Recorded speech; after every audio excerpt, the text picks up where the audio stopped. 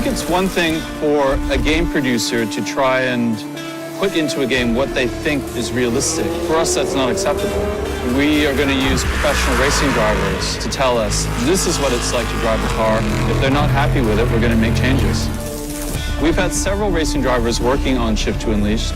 Tommy Milner has given a lot of feedback. Vaughn Gittin Jr. helped to shape the drifting experience. And Edward Sandstrom has been instrumental in setting up all the cars. Racing isn't sterile, it's gritty, it's violent, it's exhausting. We wanted to immerse players into that real environment. Need for Speed is a testing platform for us to understand what it's like to drive racing cars. Everything that we learned through operating the team is put back into the game. Nobody ever gets to experience my cars but me, and that's something that I've always wanted other people to get to experience. You know, it's kind of hard to just grab somebody and say, here, jump in this 1,400 horsepower all-wheel drive maniac machine. But something like this, you guys have actually captured what it's like, the sound, visual. You can see everything that's going on, seeing the fireballs come out of the exhaust in the hood. To me, it's amazing.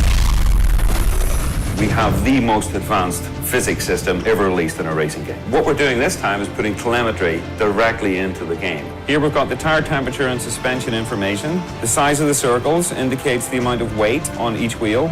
The color of circle indicates the amount of grip remaining. If I go over some grass here, you'll see that green square moving up and down. That's dynamic and real time. We're measuring this 360 times per second. The realism of the actual tracks, what we as drivers actually see, is the most amazing thing. Driving at night feels like you're going twice as fast. You lose almost all your references, and you just sort of drive blind at that point. Shift 2 Unleashed has an incredible new view. It's called the Helmet Cam. Definitely realistic feature of the game. And the biggest part of that, I think, is the head movement and the look to the apex, which if you look at Helmet Cam video, you'll see that it's the same motions.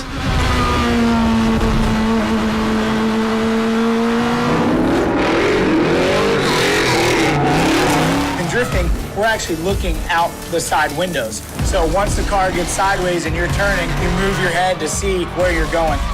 It's very realistic, really puts you in the driver's seat. Your palms get sweaty and you feel adrenaline. That's very incredible for a game to accomplish.